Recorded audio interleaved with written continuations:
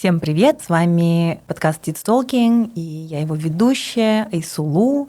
И сегодня у нас выпуск про казахстанский или казахский театр. Об этом мы поговорим и выясним. А в гостях Ольга Малышева, театральная критикесса, драматургиня. Оля, привет! Правильно ли я перечислила твои регалии?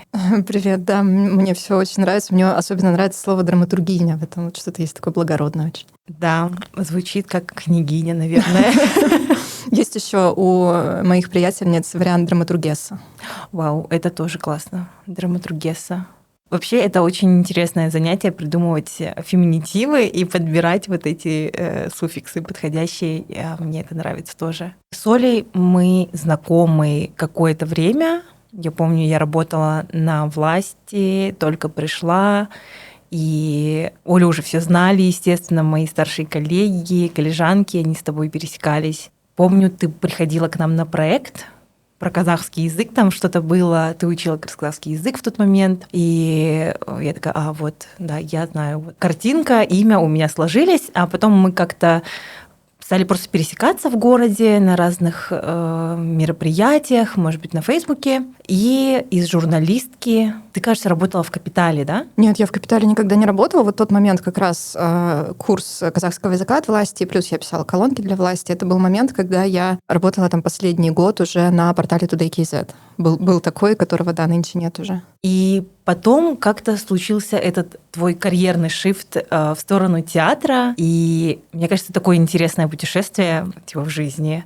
Расскажи, пожалуйста, наверное, про свой приход в журналистику сначала и про то, как ты решила и почему ты решила перейти в другую сферу, больше вот в театр, в искусство. В журналистику это прям очень давно, это совершенно детская еще история. То есть я помню до сих пор, что у меня где-то в 6-7 классе я, в принципе, такая всегда была девочка-зубрилка, отличница. И вот в один момент, когда мне было, 11-12 лет, меня преподаватели в школе поставили перед выбором, условно, на какие олимпиады мы тебя будем тащить.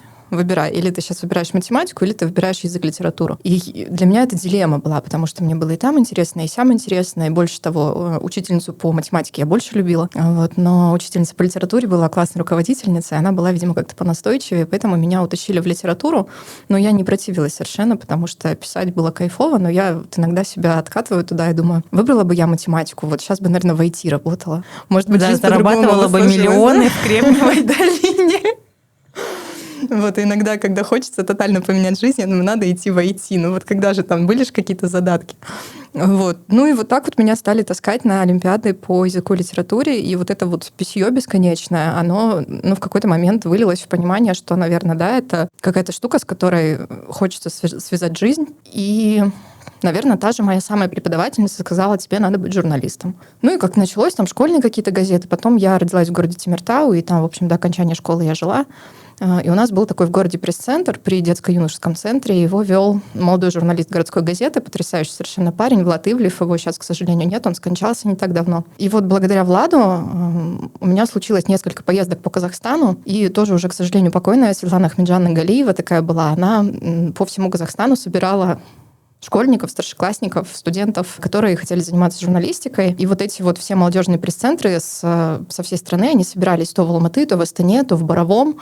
И вот на такие какие-то летучки мы ездили постоянно. И сейчас, если перечислить те имена, с которыми вот тех людей, с которыми мы знакомы, там с наших условно 14-15 лет, там это Жанна Прошкевич, это Жама Гафур, это Даник Батырбаев, это Мадим Амбетов, Андрей Съедин. Так вот откуда эти связи растут. Вот, в общем, наше вот это вот поколение, тем, которым сейчас где-то от 35 до 40, это как раз вот все те люди, которых воспитала Светлана Галиева когда-то давно, там, в начале нулевых. И вот я приехала в Алматы, поступила на журфак, осталась здесь жить и осталась вот в журналистике работать. Супер. Это так интересно, то, что ты рассказываешь, что были какие-то организации, которые поддерживали молодых начинающих журналистов и журналисток, точнее, подростков, которым это интересно, потому что сейчас мне сложно представить, чтобы кто-то где-то вовлекал там молодых девушек и парней, старшеклассников, да, в работу в медиа. Наверное, и медиа просто изменились. Ты довольно много проработала в журналистике, у тебя был классный нетворкинг и аудитория, и на Фейсбуке. Как ты решила все-таки, что пора, что пора? Ну, ты сама журналистка, и ты меня, наверное, понимаешь, да, что могло быть триггером. И в какой-то момент, самым, наверное, главным для меня триггером это было там за несколько лет еще до того, как я уходила, уже как я для себя приняла решение, что я, во всяком случае, в регулярных новостях точно работать не буду. Я работала как раз вот в издании Today KZ, и случился Жанаузен. Руководство нашего издания, я была уже главным редактором на тот момент, и мне сказали, никаких новостей на эту тему. Вообще никаких. А мне было это так странно, и это же праздники еще были. В редакции там был только дежурный редактор, я была дома, и я все время была на телефоне с учредителями, там, с нашими менеджерами топовыми. И 3 дня уже шли вот эти вот протесты, и только на 3-й день, когда я сказала, ребята, вы сошли с ума, уже все там, уже Казинформ дает, уже Хабар это дает, почему мы молчим, что происходит. И, в общем, на 3-й день нам дали, так сказать, дозволение хотя бы как-то начать освещать Жанаузен. И с 1 января я написала заявление, потому что я поняла, что это невозможно. И дело даже не в том, что это была какая-то большая цензура. Это была вот такая мелкая самоцензура. Это был какой-то, такой очень, даже не знаю, как сформулировать, какой-то такой страх, очень липкий, очень, он очень низкий. Это трусость была вот такая вот, знаешь. Типа малодушие. Да, это совершенно неприятно. Я поняла, что мне не хочется работать в такой обстановке. Потом случилась очень смешная история. Сразу же после моего увольнения со мной связались мои знакомые, которые сказали, мы хотим начинать новый интернет-ресурс, мы хотим тебя позвать главным редактором. Я им прописывала планы какие-то, какое-то СМИ должно быть, о чем мы хотим с ними говорить. И в какой-то момент, когда там уже 4-й, 5-й месяц наших переговоров пошел, я встретилась в очередной раз с этим человеком, и он мне говорит, ты знаешь, мы решили, что мы не будем с нуля начинать, мы нашли издание, которое мы можем купить и перестроить его. Это был Today KZ? Это был Today KZ. Представляешь, я через 5 месяцев я снова вернулась главным редактором в Today KZ, уже в новое издание, в обновленное. Вот, и там делали редизайн, там делали опять какие-то реформы, случилась смена команды, и новое руководство, оно было, конечно, полояльнее, чем прежнее, но меня хватило на 1,5 года еще. И, собственно, я поняла, что новости — это все-таки сложно, это туманно, это все равно ты находишься и в рамках цензуры, и в рамках еще большей самоцензуры со стороны каких-то учредителей. И все, я ушла, и это был 2014 год, и к тому моменту я писала про театр буквально 2 года, наверное, как журналист того издания, в котором я работала. Я писала какие-то обзорчики, писала какие-то новости. И я стала уходить, и мне недавно Facebook напомнил этот пост. Это был начало августа 2014 года. Я написала, что я там с конца августа увольняюсь из Today. Если у кого-то есть там работа, связана с какими-то, может быть, культурными проектами, потому что я в новости не хочу, там еще с чем-то. И мне написала под этим постом Настя Тарасова, директор театра «Артишок». Оля, есть разговор. Вот. И, собственно, я уволилась, и Настя мне предложила заниматься связями с прессой в «Артишоке». Вот в 2014 году я так начала сотрудничать с театрами, потом у меня случилась дружба с Олей Султановой, это театральный продюсер, и она меня позвала куратором на фестиваль «Откровения», который на тот момент, до 2018 года был в Алматы. И, собственно, я как-то возле театров начала крутиться, продолжая при этом писать какие-то тексты в разные издания, и я понимала, что эта ниша абсолютно свободная. То есть там помимо какого-то зова душевного, помимо потребностей, я очень хорошо понимала, что я иду в такую нишу, в которой нет вообще никого. И это прям, мне кажется, это кайфово, когда можно там тренды какие-то задавать уже. Так и осталось. К театру мы, наверное, вернемся, и поскольку там мы говорили о журналистике, и у меня тоже есть опыт работы в журналистике здесь, мне кажется, многие журналисты, они на этой адреналиновой игле, и нет ли у тебя, фомо, что ты что-то теряешь, что твои коллеги там остались, они... то есть это какие-то и призывы, может быть, совести, и, может быть, какие-то амбиции тоже журналистские. Бывают ли у тебя такие сомнения? Не тянет назад? У меня, знаешь, у меня не то, что тянет назад, но ты про адреналиновую иглу очень верно говоришь.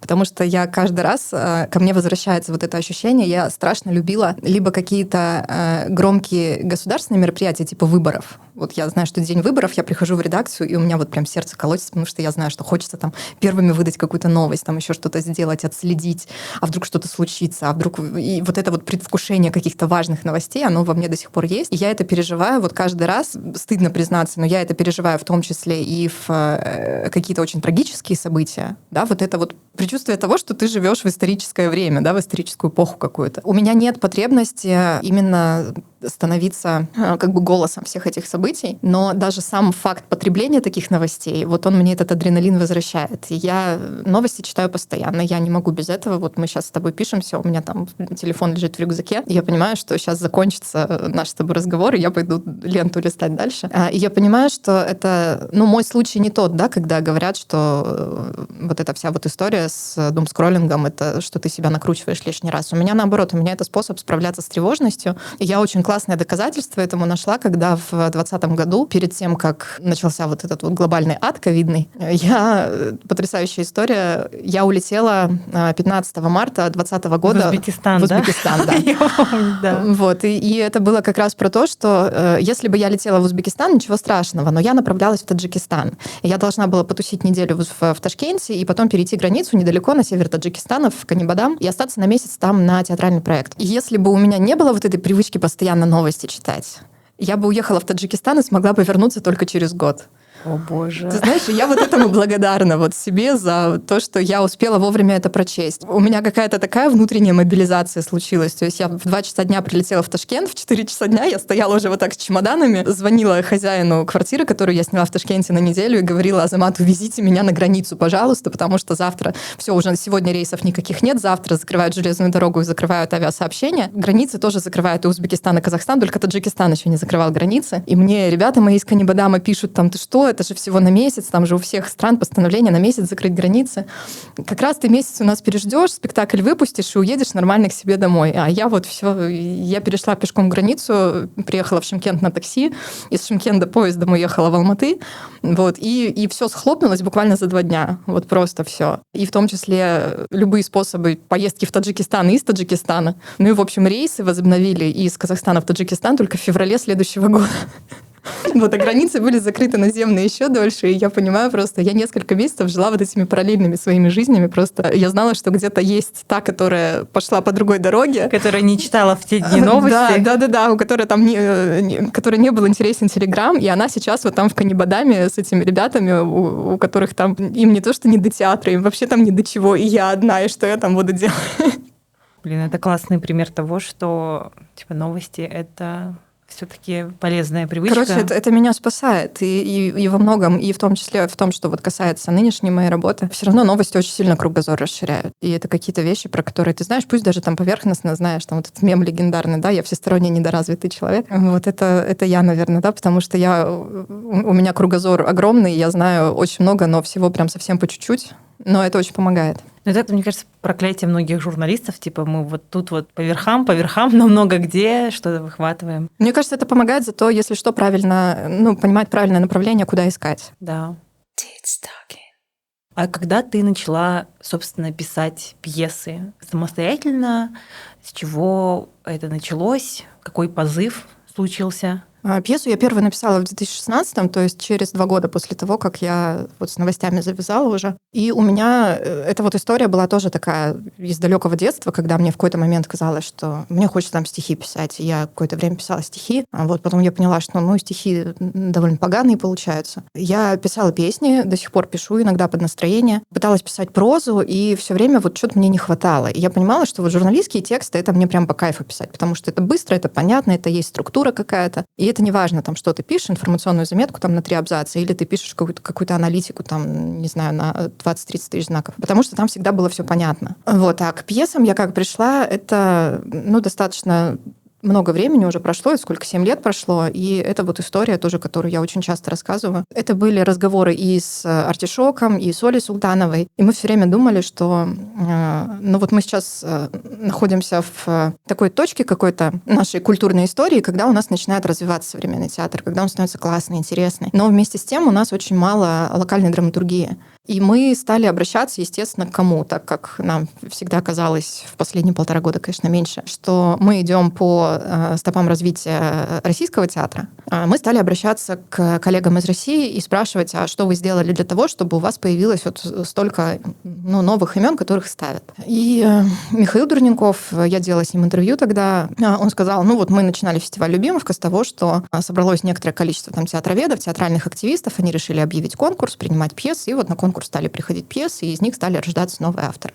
И что-то вот мы с Настей об этом говорили, и с Олей об этом говорили, что надо бы, наверное, ну и что-то девчонки были замотаны там своими какими-то проектами, а я, в принципе, не особо люблю что-то инициировать, мне проще там иметь маленький свой фронт работы и его развивать. И вот так случилось, что я просто решила сама попробовать, потому что мне было там, может быть, лениво что-то начинать, какую-то большую инициативу. А вот пьесу попробовать было не лениво писать. И пьесы там первые 3-4 года, они очень сильно же, мои тексты, они такие прям журналистские. То есть у каждой моей пьесы можно отследить информационный повод. И я подходила к драматургии вот именно с такой позиции. И мне кажется, поэтому меня драматургия заинтересовала, потому что это все-таки структурная штука. И она в этом смысле очень похожа на публицистику. То есть когда ты знаешь, что у тебя есть кто говорит, что говорит, ты понимаешь, на какие части у тебя это все делится. Это все равно это структурнее, чем поэзия, это структурнее, чем проза. Мне на тот момент так казалось. Сейчас я понимаю, что там, наоборот, наверное, суперсила драматургии в том, что там гораздо меньше правил, чем в любом другом направлении. Вот я написала первую свою пьесу про девальвацию.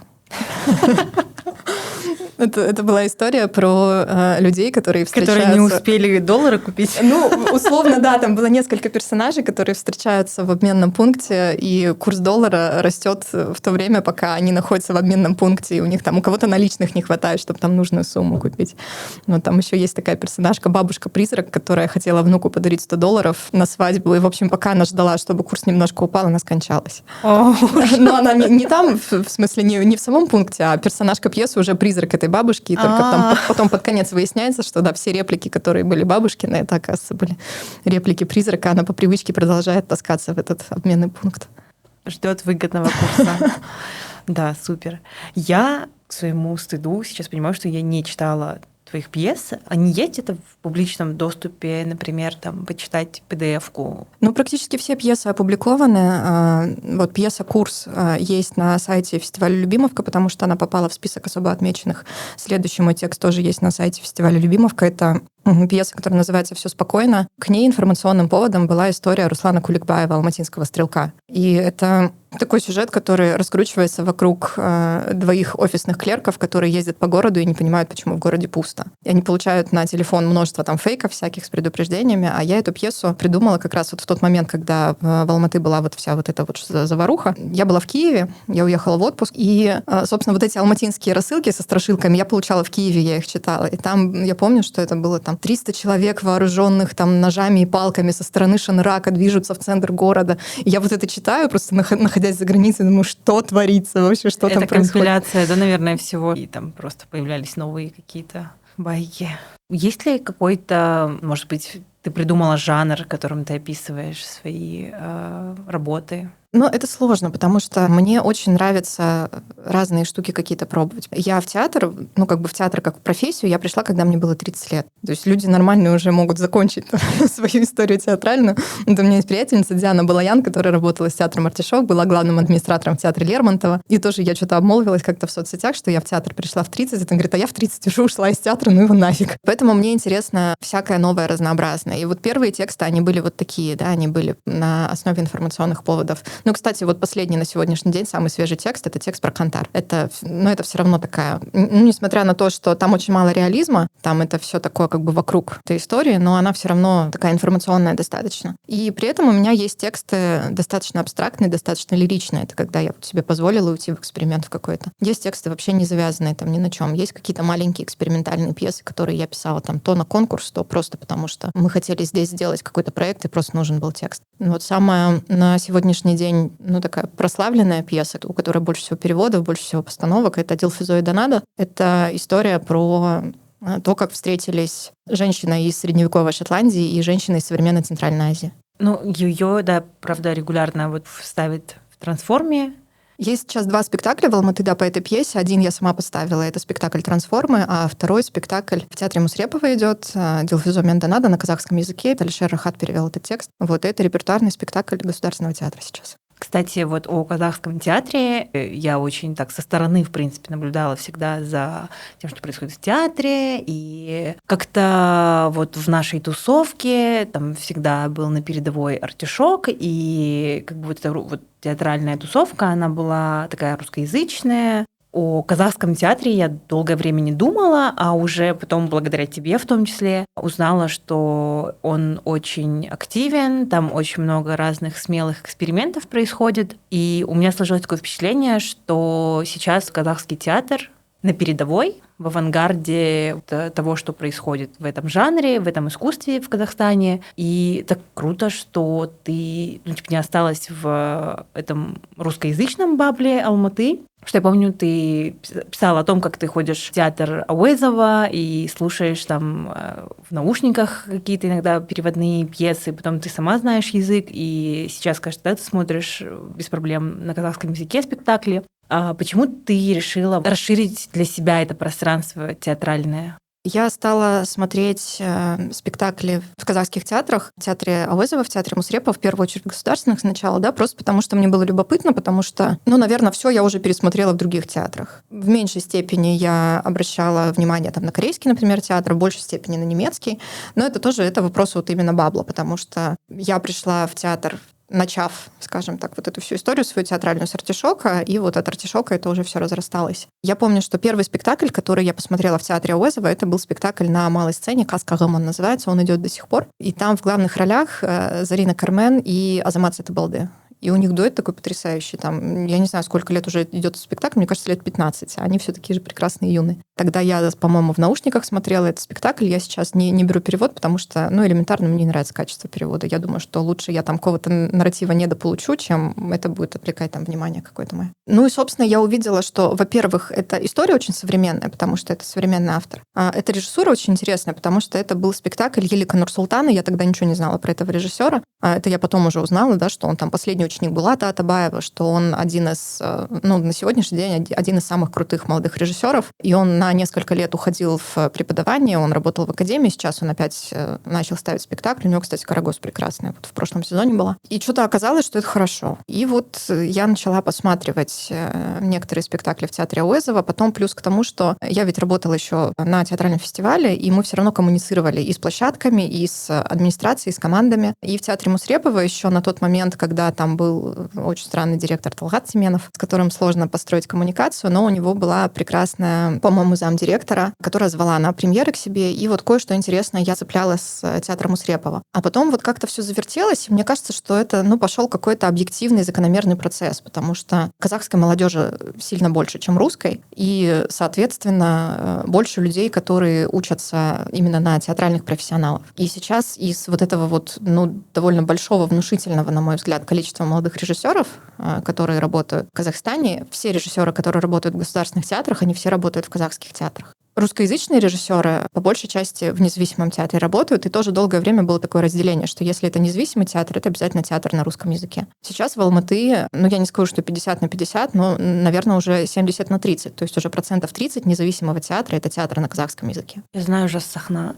«Ужас Сахна» — это зависит от периодов. Да? То есть был период, когда у них были спектакли только на русском языке, а потом пришел совершенно потрясающий и очень молодой Улан Мырзак Карбаев, режиссер родом из Кыргызстана, который в Питере выучился, вернулся к нам, он сейчас в Астане у нас работает. Потрясающий режиссер, прекрасный, ему сейчас лет 25, по-моему. А на тот момент, когда он пришел, ему был 21. Вау. Знаешь, он пришел вот в театр «Ужас Сахна», и он сделал «Жамилю» Чингиза Айтматова на казахском языке с труппой театра. Ребята, выпускники казахского курса, которые были вынуждены работать несколько лет на русском языке, и было понятно, что большинство это не очень просто. То есть я не говорю даже там про артикуляцию, еще про что-то, а просто вот как говорит мой приятель, режиссер Мирам Хабибулин, он говорит, казахские актеры просто другие, они по-другому читают Чехова.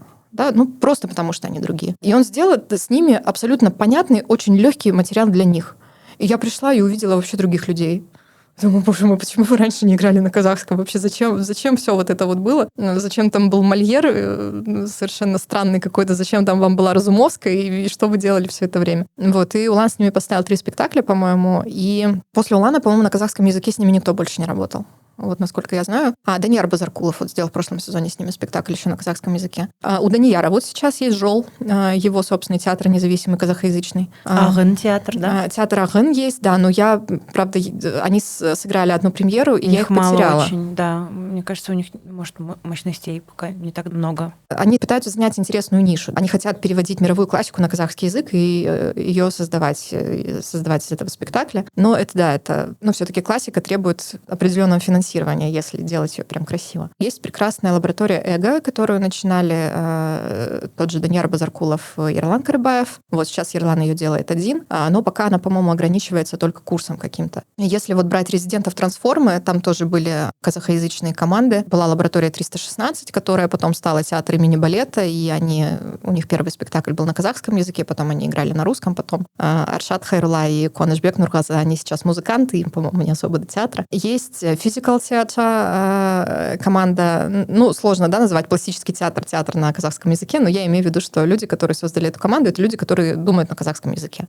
В общем-то, достаточно большое количество уже есть таких команд, которые заявили о себе, плюс появилось еще пространство Озги Эпик, которое работает, по такому же принципу, как Трансформа, это просто открытая площадка, куда можно прийти и что-то предложить. И там есть просто независимые проекты, которые тоже, как правило, делаются на казахском языке. Поэтому очень много такого независимого театра. А если мы про независимый театр говорим, это же мы только про Алматы, в общем-то, говорим, потому что в регионах практически нет независимого театра, но есть, опять же, проекты, типа как Текимет в Актюбе, проект при Государственном театре, такой авторский. Есть театр Бейсал в Кокшетау, который тоже авторский проект при Государственном театре. По большей части в регионах кочевые театры — это казахские театры. Я помню, ты писала, может быть, в колонке, может быть, я читала у тебя в канале. Кстати, подписывайтесь на канал «Оля ведет театр». Или на Фейсбуке, но ты говорила о том, что сейчас молодые амбициозные режиссеры с видением, они едут в области и там делают театральные революции в государственных театрах. Есть такая практика. Я как раз этой весной, чтобы проверить такую свою гипотезу, может быть, да, я поехала по регионам смотреть, потому что я была знакома по гастрольным проектам каким-то, по фестивалям с ребятами, которые действительно вот с такой мотивацией уезжали в регионы. И первый, наверное, с кем я так познакомилась, это был Фархатбек Канафин, который работал в Кокшетау в Казахском музыкально-драматическом театре. И он мне скидывал там периодически видео каких-то своих перформансов. Я говорю: Фархатбек, а что вы не перебираетесь в Алматы? Он говорит: я вообще-то сам из Алматы. Но я понял, что мне здесь никто работать не даст, потому что нас тут таких в очередь стоят в 2 государственных театра. И он уехал в Кокшетау, и я от него услышала, в принципе, про эту концепцию, и она меня, в общем-то, порадовала, потому что это же такая мировая очень практика, да, когда театр децентрализуется. И я стала наблюдать, и я увидела достаточно большое количество таких ребят, которые кто-то уезжал из Алматы, кто-то обучался где-то в других городах и возвращался в свой город, кто-то там по распределению уезжал, и они начинали вот этот движ какой-то у себя в регионах, потому что там тот же Фархат Молдагали, который сейчас просто номер 1 молодой режиссер Казахстана, он ведь тоже уехал работать в Петропавловск, создал там театральную лабораторию, какое-то время побыл худруком там в Казахском театре, и потом вот он приехал уже в театр Мусрепова, где он, сколько уже, 3-й год художественный руководитель. Да, это мне казалось, что это есть, и мне до сих пор кажется, что это есть, потому что это хороший способ направить свою энергию в правильное русло. Но за то время, что я поездила, я объездила 5 регионов, я увидела немножко, я не скажу, что обратную сторону, но я увидела какие-то нюансы, которые, возможно, в чем-то омрачают, да, эту концепцию красивую. Потому что, во-первых, в регионах, конечно, зарплаты — это швах в государственных театрах. Ой. Они, собственно, и у нас-то не очень. То есть у нас те театры, которые имеют статус национального, их сейчас у нас в Алматы их 3. Театр Уэзова, театр Лермонтова и оперный театр. И если театр имеет статус национального, это очень хорошая прибавка к зарплате, к сотрудникам. Еще национальная библиотека имеет там что-то какой-то коэффициент 3,7. Я не очень понимаю, что такое. Стремитесь быть национальными. Вот. Но то, что в регионах, там те театры, у которых даже статуса академического нет, а это хоть еще там какая-то копеечка сверху, да, там артисты работают за 100 тысяч тенге в месяц. И, в принципе, там в наших театрах, в некоторых тоже у артистов там минимальная, их зарплата — это минимальная зарплата, то есть там 70 тысяч, и если повезет, там еще что-нибудь докинут сверху. Ну и, собственно, вот у людей, которые в регионах, несмотря на то, что, да, у них амбиции, и они делают там классный театр, им там как бы на эти зарплаты не разгуляешься, конечно. И многие хотят все-таки в столицу. Потому что где-то возможностей побольше, где-то денег побольше, кто-то совмещает там какую-то работу, потому что очень много ребят, особенно артистов, все зарабатывают на тоях, потому что на сцене, естественно, ничего ты там не заработаешь. Но, с другой стороны, это театру дает некоторые преимущества, потому что если ты там тойский певец, например, на тебя могут прийти в театр посмотреть. Вау. Кстати, недавно смотрела фильм «Ореховое дерево». Там как раз тоже двое ребят играют в театре провинциальном по субботам, ведут той вдвоем. Да, видимо, так устроена экономика, потому что иначе никак.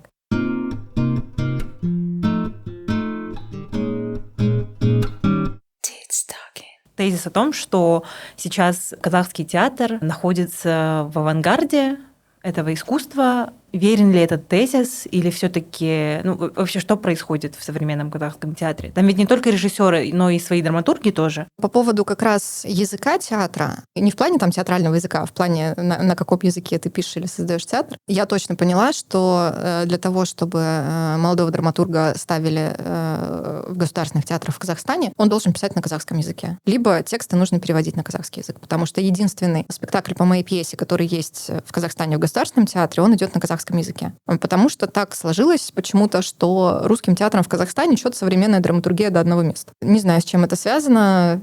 Наверное... То есть они там любят классиков ставить? Либо классику, либо... если берут современную драматургию, чаще всего берут российских авторов. Вот. Естественно, меня это так немножко коробит. Но это, опять же, это вот вопрос пузыря моего личного, потому что я долгое время зарекалась вообще от любого сотрудничества с государственными театрами, но впервые я попробовала, это был русский театр, это был ТЮЗ Семертауский, это мой первый был опыт работы в государственном театре, 2018 год, по-моему. Но я делала инсценировку, я не писала пьесу, и это достаточно приятный был опыт, до сих пор спектакль идет, говорят, до сих пор аншлаги собирает. И так получилось, что вот после этого все мое сотрудничество с гостеатрами это были казахские театры. То есть это вот театр Мусрепова, с которым я сейчас работаю регулярно, потому что, я работаю в большей степени как менеджер с ними. То есть ребята организуют какие-то активности, какие-то театральные лаборатории, я где-то помогаю там с гастролями. Я очень подружилась с Актюбинским театром, и меня дважды они приглашали туда. Сначала я была экспертом в конкурсе драматургии для детей и подростков, и вот этой весной я ездила как член жюри фестиваля экспериментальных спектаклей. Вот такого рода сотрудничество случается. Достаточно часто пишут, звонят директора театров, потому что, в принципе, со всеми практически я знакома, директорами казахстанских театров. Дай какие-нибудь свои новые пьесы. И, собственно, вот сколько я не даю какие-нибудь свои новые пьесы, пока с этим ничего не случалось. И вот Дилфизо Мендонадо, который идет в театре Мусрепова, это спектакль, который вырос из лаборатории тоже. То есть это не было как бы такое прямое предложение драматургу, а давай мы поставим твою пьесу. Это просто был очень удачный эскиз, который понравился худруку, и который решили продолжить, завершить и взять, в общем-то, в репертуар. Ее хорошо перевели. Алишер Рахат переводил, да, он прозаик, он драматург, и он сейчас, по-моему, один из ведущих вот именно переводчиков театральных текстов, потому что он очень много помогает и адаптировать старые переводы на казахский язык, и современную драматургию, написанную на русском языке. Вот театр, вот еще один, кстати, супер популярный сейчас независимый казахоязычный театр, это театр «Шам». Да, я про них слышала. Вот спектакль номер 37 по пьесе азербайджанского драматурга Исмаила Имана. Пьеса написана на русском языке, Алишер переводил ее на казахский. И он переводил, я насколько знаю, он делал адаптацию там же в театре Мусрепова «Маленького принца», и самого Алишера, то есть его пьесы тоже ставят в казахстанских театрах. Вообще очень много, на самом деле, сейчас ставят локальных авторов, молодых в том числе. Но, опять же говорю, это в основном тех, кто пишет либо на казахском языке, либо кого перевели. Из тех, кого перевели, я знаю, что в Шымкенте в театре Шанина поставили пьесу Айнур Карим «WhatsApp 5Б», которая тоже на русском языке написана. Нурайну Сатпаеву, по-моему, переводят. Камилу Ибраеву переводили, но это было давненько, это была какая-то студенческая работа. Камила тоже пишет на русском языке. А так, с другой стороны, я очень хорошо это понимаю, когда есть казахоязычный автор, что нам заморачиваться и там делать еще переводы, если это там не какой-то супер уникальный эксклюзивный текст, который очень хочется себе заполучить. А так у нас же масса классных ребят, которые пишут на казахском, там Колганат Мурат, которого любят вообще во всех регионах, потому что у него супер чутье какое-то есть, такое вот именно конъюнктурное. То есть он понимает, что надо театру. И он всегда может по заказу написать. А напиши нам текст про сложности там, взаимоотношения подростков и родителей. И у него есть пьеса «Мугалим», которая идет там в театре Мусрепова, которая в Кокшетау идет, ее прям вообще везде любят. Там, а напиши нам детектив какой-нибудь. И вот Кулханат это просто филигранно умеет делать. Есть Мия Алгожа, которую сейчас тоже начинают ставить. Театр Уэзова, кстати, такой заметный вклад вот во всю эту историю с драматургией внес, потому что, по-моему, единственный театр, в котором есть, в принципе, официальная ставка драматурга в театре. Потому что нигде в театре нет штатного драматурга. Везде же считается, что есть завлит, а что такое завлит, сейчас, по-моему, в современном театре никто и не ответит вообще, что это, что должен делать этот человек. Потому что, когда говорят в театре «мне нужен завлит», это чаще всего «мне нужен СММщик», а не завлит. Вот. А в театре Уэзова есть штатные драматурги, это очень хорошо выручает театр, и в плане того, что материал всегда есть. То есть они пишут эксклюзивно тоже в том числе, да? Есть и такое, да. Вот, например, Мадина Умарова, которая до сих пор, по-моему, работает, довольно много спектаклей, которые сделаны либо по ее авторским текстам, либо по ее инсценировкам. То есть это человек, который вот просто с режиссером сидит и работает. Но за то время, сколько сменилось, сколько одновременно работало драматургов, это вот все сегодняшние топовые авторы. Там Аннас Багдад тот же, Джанибек Аликен. Очень много людей вышло вот как раз из этой концепции того, что в театре есть штатный драматург. Аннас Багдад преподавал у меня в универе. Он прекрасен. Во-первых, мне он очень нравится как автор, а во-вторых, он же, сегодня он театральный продюсер, и один из самых интересных, и вот еще один, да, независимый театр на казахском языке. Я так вспоминаю, просто «Арс Куче» называется его проект. Последний спектакль, который они делали, перформанс даже такой, типа сайт-специфический, был достаточно интересный. Это вот про Кантар, да, тоже? Там не совсем про Кантар, но в том числе, да. Там была история про такое противостояние богатых и бедных. А предыдущий их проект — это мюзикл «Сен», камерный мюзикл, очень забавный. И там на одну из ролей нас как продюсер пригласил Нурбека Елемеса, который дюдан за гитар. Мне кажется, это очень классно. Хорошая практика такая. В общем, у него такое менеджерское чутье тоже есть. Оля, знаешь, вот, я тоже тяготею культурным проектом, и там мы делаем подкаст, например, про музыку, про музыкальную культуру, и вот мы уже 2-й год его делаем с фондом имени Батырхана Ушкенова, и у меня, как у тоже там авторки или продюсерки, часто возникает вопрос языка, и есть как бы казахстанское, и есть казахское. И это, по крайней мере, мне кажется, этот дискурс в первую очередь существует на русском языке, в меньшей степени на казахском. И я очень часто, в общем, об этом думаю, мы это обсуждали с Наргиз тоже неоднократно. То есть мы говорим о музыке, о казахской музыке, или, например, мы говорим о казахстанской музыке. Как ты относишься, да, к вот этому противопоставлению казахский и казахстанский? Может ли казахский быть универсальным и включать в себя контент, например, на русском языке, или контент, не связанный там с этнокультурным наследием, или контент, который как-то связан с неэтническими казахами?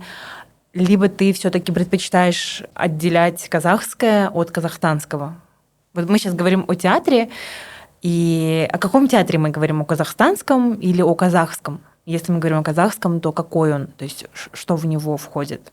Я из тех, для кого кажется нормой. Вот в соцсетях же недавно была эта дискуссия, да, про то, что всех граждан Казахстана будут называть казахами. Да. Сколько лет этой дискуссии? Это вот очередной всплеск был такой. Мне кажется, это ок. Что такого? То есть мне про себя сказать, я казахский драматург, мне кажется, это нормально. Другое дело, я всегда себя одергиваю, а не встаю ли я куда-то там на путь культурной апроприации, и как... они могут ли меня, например, казахи обвинить в том, что я себя называю казашкой? Вот, а с другой стороны, когда я там уезжаю в маленький казахский театр, и мне говорят «казахтын сары кызы», и мне приятно. Это такое, знаешь, это вопрос правильного объяснения, наверное, да. Если я знаю, что я буду говорить человеку про казахский театр, и он будет понимать меня как то, что я говорю про театр на казахском языке, да, наверное, стоит пояснить, что я имею в виду театр в Казахстане на любом языке, да. Если я говорю казахстанский театр, может быть, не придется этого объяснять. Но мне кажется, вряд ли какой-то театр, во всяком случае, из дружественных мне, из понятных мне театров, которые создают спектакли на русском языке, там, неважно, на английском, на немецком, на нескольких языках. Если назвать их казахским театром, то кто-то обидится там за это. Но другое дело, я помню, история была, вот как раз когда мы делали Дилфизу и Донаду в театре Мусрепова, И Карина Бессолти, режиссерка, которая ставила этот спектакль, она сама из Москвы, она делала на лаборатории у нас здесь этот эскиз. И она, когда вернулась в Москву, то есть она была приглашенным режиссером, она не из числа вот мигрантов, она вернулась в Москву, и она говорит: слушай, мне тут заметка попалась на глаза, скажи, правильно ли написали название театра, и там было написано, что Карина Бессолти поставила спектакль в Казахском государственном ТЮЗе. Я говорю: а что тебя смущает? Она говорит: не в казахстанском. Я говорю: нет, подожди, это название театра, это все нормально, да? У нас есть вот название театра, Казахский государственный театр для детей и юношества, там есть русский национальный, там академический, бла-бла-бла, театр, там еще какой-нибудь. И здесь, опять же, да, эта история может крыться вот именно в каком-то официальном названии, потому что у нас вот русские театры, государственные театры все, которые работают на русском языке, ни один из них, по-моему, не называется казахстанский, они все называются русский театр. На самом деле вот такие вот кейсы есть про то, что если казахский театр называется там казахским, это не значит, что в нем не может быть на русском. Мне нравится в этом смысле подход, например, Актауского театра Жантурина. У них вообще один театр на город в Актау, и он казахский. И в какой-то момент худрук театра поняла, что публика-то есть русскоязычный, спрос какой-то есть. И они как смогли просто сами сделали и поставили, играют русскоязычный спектакль. Просто потому что захотели, они поняли, что на это есть спрос. И ничего в этом нет страшного. Государственные учреждения почему-то, театральные, да, это театры, называются по языку, на котором они работают. То есть там в названии немецкого театра тоже нет, что он государственный. Там в названии корейского театра, что он казахстанский, да, он там государственный немецкий театр. У меня все-таки вот про театр не было такого прям какого-то четкого понятия, То есть я, если честно, не знаю, могу ли я там внутри себя считать «Артишок» казахским театром. У «Артишока», смотри, вот у них позиция очень похожа на позицию театра «Ильхом» в Узбекистане. Они себя называют «Ташкентский театр». То есть они... А вообще вот эта вот история, да, там станский какой-то. В Узбекистане вообще нет слова узбекистанский. Ой, и в Кыргызстане нет слова кыргызстанский. Это очень интересно. Кстати, да, мы обсуждали с Камилой Исмагуловой, что узбекский — это более инклюзивный термин, чем казахский и казахи.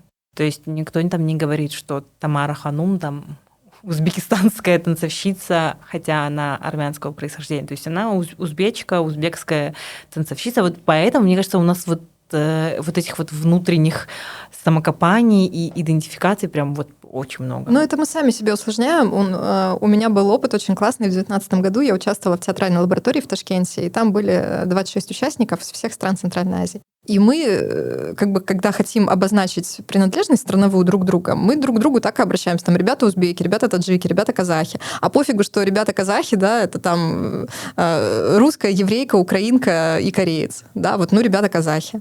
И то же самое, там ребята кыргызы, а этнических кыргызов может там и не быть в этой компании. Мы всегда смеялись, что у нас были ребята туркмены, Игорь, Вася и казах. Потому что их были, Решат, один из них был, он этнический казах, который живет в Туркменистане всю жизнь. И двое ребят с русскими именами, один из них наполовину туркмен. Это на уровне, когда ты находишься за рубежом, мне кажется, все проще гораздо становится, чем когда ты возвращаешься домой. Да, там все по паспорту определяется. То, что ты сказала, кстати, про «Артишок», я не удивлена, что они как алматинский театр. Нет, я не говорю, что «Артишок» себя так вот прям конкретно позиционирует, но мне кажется, вот есть это ощущение того, что «Артишок», он вот такой, он про город. Это, мне кажется, такое, знаешь, что-то среднее, более, может быть, такая подвижная смысловая единица, да, то есть вот городоцентричность, наверное. Но это хорошо, это я не говорю, что там они там плохие, «Артишок» супер. В «Артишоке» же сейчас очень много, так сказать, контента разного, да, на казахском языке. Да, стало потому гораздо что больше. Есть и новые ребята, есть актеры там уже, и те, которые постоянно в труппе, те, которые там 2 года актерский курс окончили, совсем там свежие какие-то студенты. И драматургию «Артишок», к счастью, это берет нашу локальную, и не только там, если хотят поставить современный спектакль на русском языке, не считают своей обязанностью взять именно российского автора. Хорошо. Правда, это классная практика. Мне очень нравится, что действительно там наши театры ставят местных авторок и авторов. Это супер. И мне кажется, что Казахстану и людям, которые здесь живут, есть что сказать этому миру. И это классная вообще вещь.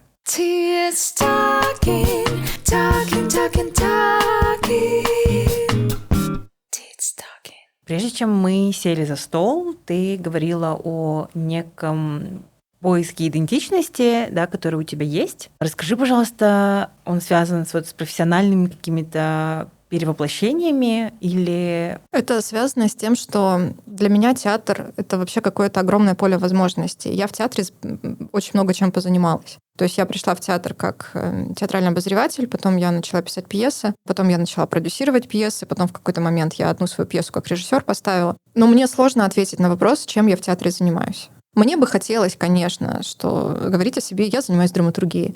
А с другой стороны, да, мне по кайфу пьесы писать. Но что-то их не так уж, чтобы сильно ставят, чтобы я могла о себе говорить только, что вот я занимаюсь драматургией. Я не только продюсированием занимаюсь, там, и режиссурой. У меня вообще вот маленький крошечный опыт совершенно.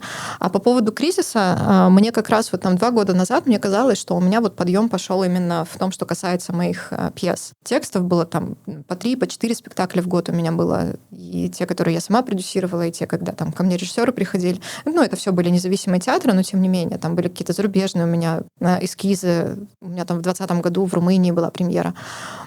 В прошлом году это как бы тоже так продолжалось, и вот появилась там и Дилфизомен Донада в казахском тюзе. А в этом году большая часть занятости моей связана снова с моим возвратом к публицистике. То есть я сейчас по большей степени занимаюсь именно тем, что я пишу о театре. И, во-первых, я вот чуть меньше года назад я начала телеграм-канал, который у меня, я не скажу, что он у меня отнимает супер много времени, но, тем не менее, это канал, который я обновляю каждый день. То есть у меня там контент нон-стопом идет, и мне кажется, это мой какой-то вот такой собственный внутренний челлендж. Могу ли я выдерживать театральный контент внутри страны, ну, там внутри Центральной Азии у меня рамки стоят, и находить какие-то новости, находить информационные поводы каждый день. Потому что мне это важно было даже самой себе доказать. У тебя такой медиа-менеджерский подход. Я восхищена. Но мне кажется, это важно, потому что мне важно было всегда доказывать. Я каждый раз, когда со своими театральными колонками приходила, то есть надо понимать, что я не сама приходила с театральными колонками, меня все-таки редакторы звали, там, а нам хочется вот это, ты же пишешь о театре, давай нам тоже пиши. И я вот эти вот издания, я обошла все. Нет сейчас в Казахстане реально ни одного издания, куда бы я не писала о театре. Но это всегда очень недолго продолжалось, потому что все говорили, фу, про театр что-то не читают, ну, наверное, хватит, спасибо. Вот я шла в следующее издание, и так вот у меня вот этот вот круг замкнулся на том, что я решила сделать свой телеграм-канал, и я решила доказать всем и самой себе, что, во-первых, про театр есть поводы, во-вторых, что на такую тему есть аудитория. Вот, ну и что-то я пытаюсь доказывать, и вот я выиграла этот грант на поездки, я делала много контента из своих поездок, и благодаря этим поездкам, и благодаря там каким-то своим прежним фестивальным связям, и благодаря, чего уж тут греха таить, потоку мигрантов, для которых вот внезапно мне чуть ли не в вину в какой-то момент ставили, что мой канал — это единственный для них источник информации о казахстанском театре на русском языке, и поэтому мне там следует как-то аккуратнее писать о русских. Вот, ну, мы потом помирились, подружились, все в порядке. Ну и вот как-то да, и я становлюсь вот таким именно текстовым каким-то проводником, то есть я в этом году писала там для берлинского одного издания какой-то обзор по казахстанскому театру, потом меня попросили для университета Вильнюса написать статью, потом я встретилась со своим старым знакомым, который работает в Варшаве, и он предложил опубликовать вот весь этот контент моих поездок по регионам там в его научном журнале в Варшаве. Меня позвали там в жюри театрального фестиваля тоже не как драматурга, а как, в общем-то, театрального обозревателя. И как-то вот так. И еще в одну лабораторию меня позвали преподавать, и опять же преподавать тоже театральную журналистику. И я что-то вот опять возвращаюсь вот в эту историю с журналистикой. А мне не то, что не хочется, но мне кажется, что это не самое, наверное, большое, что меня сейчас интересует, потому что я, пьесу дописать не могу уже очень много месяцев. Я никак не могу себя заставить, потому что у меня постоянно вот эта вот текучка происходит, какая-то рутина бесконечная из околотеатральной журналистской работы. Я не то что жалуюсь, я помню, мы лабораторию делали в мае прошлого года, и ко мне парень один подошел, режиссер из регионального театра, а как раз вот делали эскиз по моей пьесе тогда, он говорит: Ольга, а я не знал, что вы драматург. А я такая: я вот по большей части драматург, чем продюсер. Он говорит: а вы еще и продюсер, а я думала, вы журналист. Скажи так, я театралка. Вот, поэтому я себя называю театральным амбассадором. Мне кажется, это наиболее полно охватывает, и поэтому мне сложно сказать, чем я занимаюсь в театре. И вот этот вот поиск, он бесконечный какой-то. Я не знаю, куда он меня еще приведет, но единственное, я, наверное, для себя точно понимаю, что в перформинг он меня не приведет. То есть вот эта вся актерская история и быть на сцене, это вот совершенно мне не интересно, а все, что вокруг, кем угодно, не знаю, реквизитором. Мне кажется, что это на самом деле классно, что ты себя пробуешь в разных ипостасях, но примерно вот в одной сфере, и если реально театр — это твоя любовь, то почему бы не... действительно не исследовать его с разных ракурсов, и я надеюсь, что у тебя будет больше драматургических разных материалов. Я понимаю тебя, да, конечно. То есть, писать про театр — это такая безопасная... это такая подушка безопасности, типа... Вообще, я для себя понимаю, что журналистика — это, в принципе, такой какой-то hard skill, да? Если все кончится, если театра не будет, я знаю, что, скорее всего, с журналистикой ничего не случится, и я пойду в какую-нибудь новостную ленту, там, за средненькую зарплату писать новости. Это от меня никуда не денется. Просто это не очень по кайфу. Я понимаю, да. Но пусть будет, да, больше, чтобы больше к тебе относились и обращались как к драматургине, вот, и чтобы это было все очень в кайф и много, и плодотворно.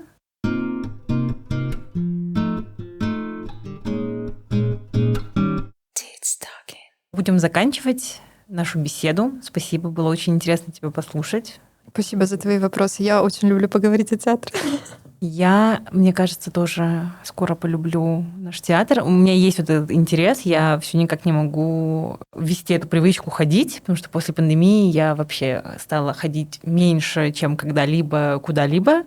Но спасибо большое, что ты пишешь о театре, что ты пишешь для театра в плане спектаклей, и что ты, мне кажется, знакомишь людей с таким феноменом, как современный казахский театр. Это очень большая и важная работа. Спасибо, Оля. Спасибо. Мне кажется, наше с тобой большое пересечение, такое не профессиональное, а какое-то такое ментальное, в том, что мы делаем то, что нас прет. Да. Вот меня прет от театра, тебя прет от подкастинга. И это очень кайфово делать то, от чего тебя прет. Да, желаем всем найти то, от чего вас прет. Всем всего хорошего. И я тоже прощаюсь. Ходите в театр. Keep calm and театр Гамар.